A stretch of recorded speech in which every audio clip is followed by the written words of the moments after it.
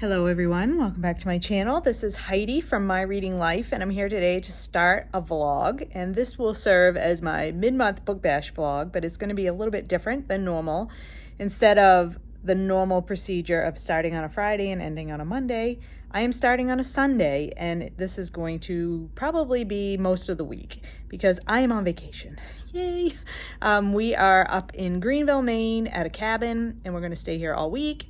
And we're going to enjoy some wintertime activities like snowmobiling and cross-country skiing and snowshoeing. And we're going to just relax in this lovely cabin that we visited last fall.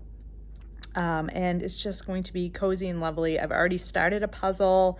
I have my books to read. I have my journal to work on. So yeah, I even brought my coloring book. So all kinds of fun, cozy times.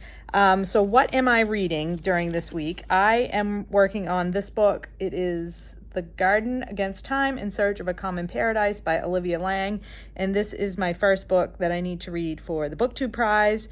The BookTube Prize recently announced the full list of 48 books for this year, 2025, and I was chosen for nonfiction group D, I believe, and this book was available at my library. It was the only one that they had on the shelves, so I grabbed it, and I am like less than 40 pages away from finishing this, so I expect to finish this one today. I am also currently reading, is that right? Careless and Red, I can't tell by the camera, but it's Careless and Red by Elizabeth George, which is the next book in the Inspector Lindley series that I'm buddy reading with Britta Bowler.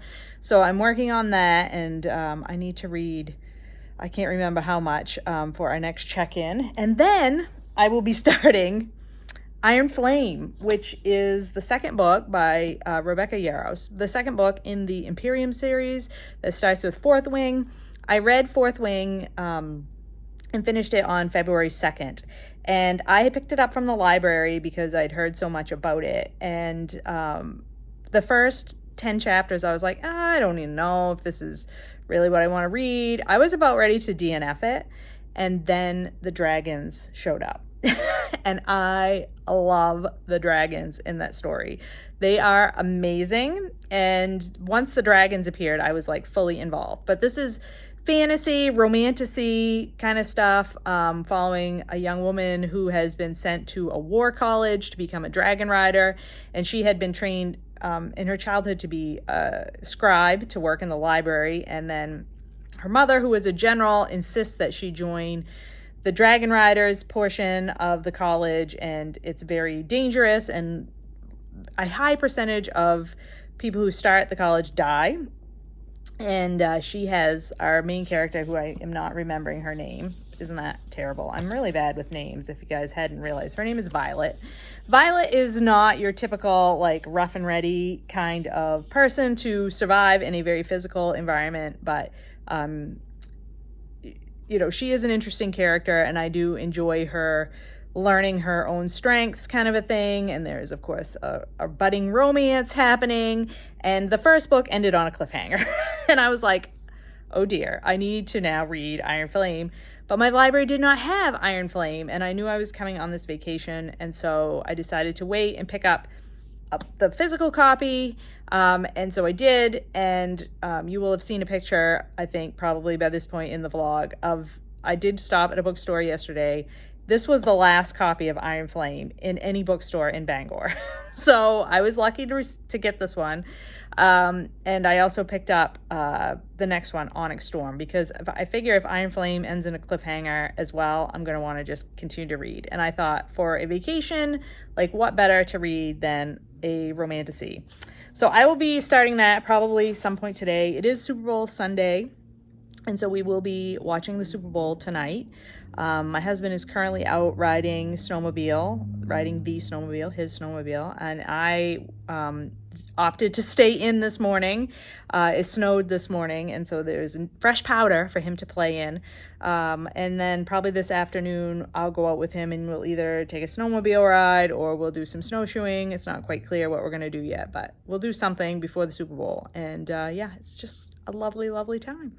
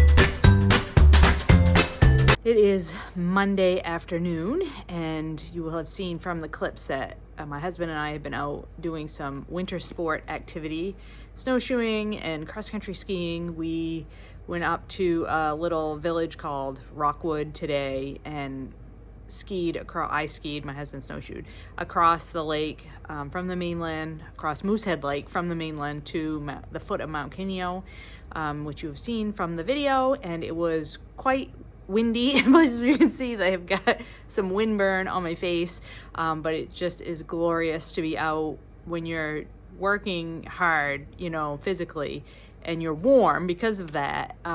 It just feels really nice to be outside when it's sunny out in the wintertime. I really enjoy that.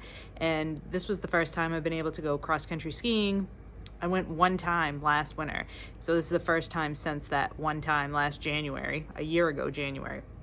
So that felt great too, although I may have overdone. I believe I pulled the groin muscle, and so that's a little bit sore, but it still felt really nice. And I have never seen Mount Kineo before, and I've been wanting to see it for a long time, so that was really great as well.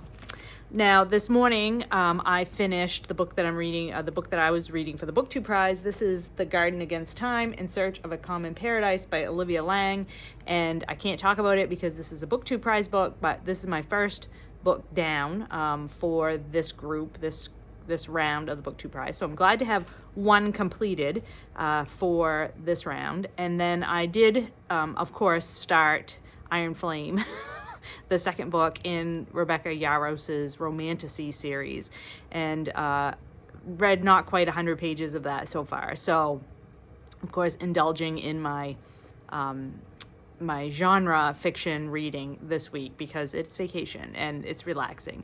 But then I also did take just a small nap, so that got into my reading time as well.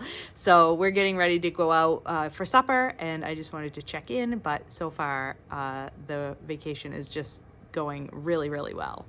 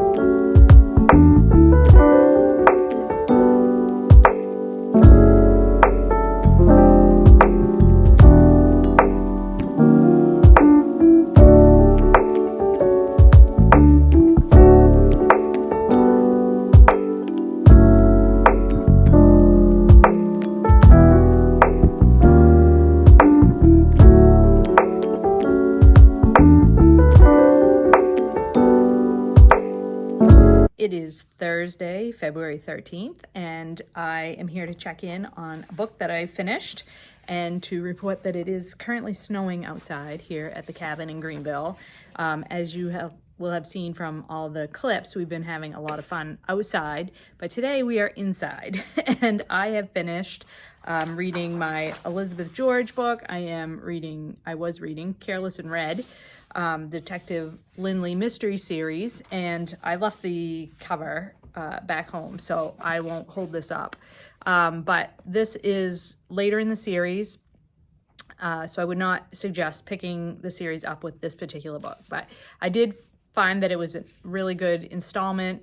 In this one, Detective Lindley stumbles across a body when he's hiking the Southwest Coast Path in Cornwall, and he is on leave, so he's not in an official capacity, but somehow the local constabulary ropes him into the investigation, and he's trying to figure out what's happened to this young man who is found dead on the beach at the bottom of a cliff. It appears to have been like a climbing accident, but it quickly becomes apparent that it was murder.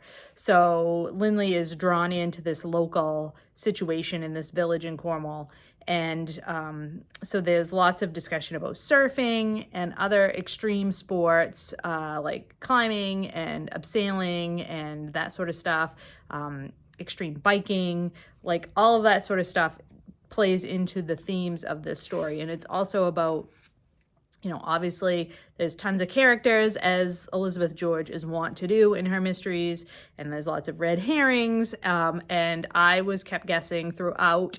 I figured out the motivation, but I didn't figure out who had done the deed. And some people might find the ending to this story unsatisfying, but I thought it was satisfying, and I thought it was realistic, and there's a lot of ethical questions to ponder in this particular volume. As there always is with Elizabeth George, she really delves into the psyche and ethics of choices people make and how that reverberates throughout their lives. And I think Careless and Red really does that very well. So I enjoyed that very much. So that was a chunky mystery to have completed this week. I have also been working on several other books, but have not gotten to the point where I can really check in on those. I am currently obsessed with my puzzle, so I need to get back to work on that, and I will check in when I have some more to report on my reading.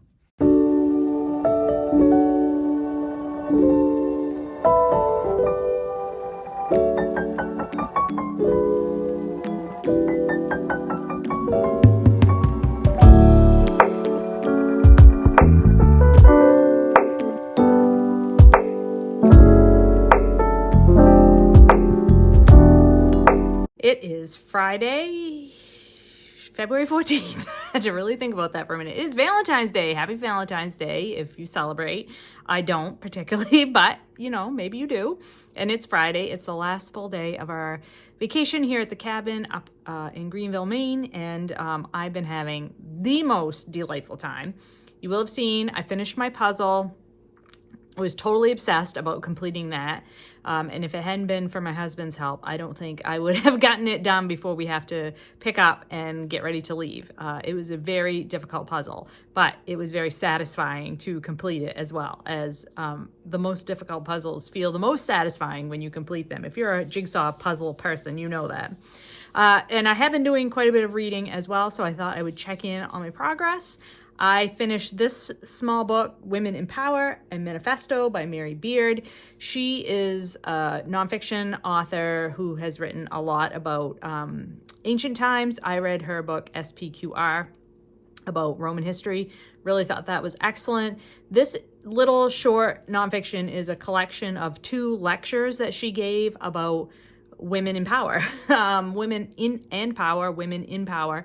And I found them quite thought-provoking, and I think her, the way that she ties in ancient history into how women move through the world today, particularly women who try to get positions of leadership in the world, and how they are treated, how women are treated in general, the way that sort of culture has designated certain activities masculine and certain activities feminine. And if anytime a woman tries to break out of that role and take on tasks that are seen to be more, or thought to be more masculine tasks, more male-oriented tasks, the kind of pushback that they receive for that, and the steps that women have traditionally taken to try to overcome that sort of thing, from anything from lowering the pitch of their voices to sound more masculine because high-pitched voices are seen as less desirable,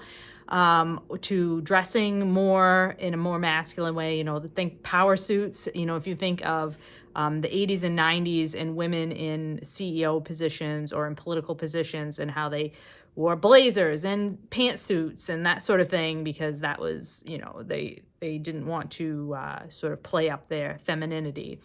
She goes into all of that kind of stuff, and she bases it on that this is not a new phenomenon. This is not something that culturally humans have been doing just in the last couple hundred years. No, it goes way back to ancient Greek and Roman times. And I think she lays out her arguments very well, as you would expect from Mary Beard. So I'm really glad that I read this one. And this was a buddy read with Joe Smith, who is a fabulous buddy reader to read anything with. But I particularly like to read stuff, nonfiction, with her as well.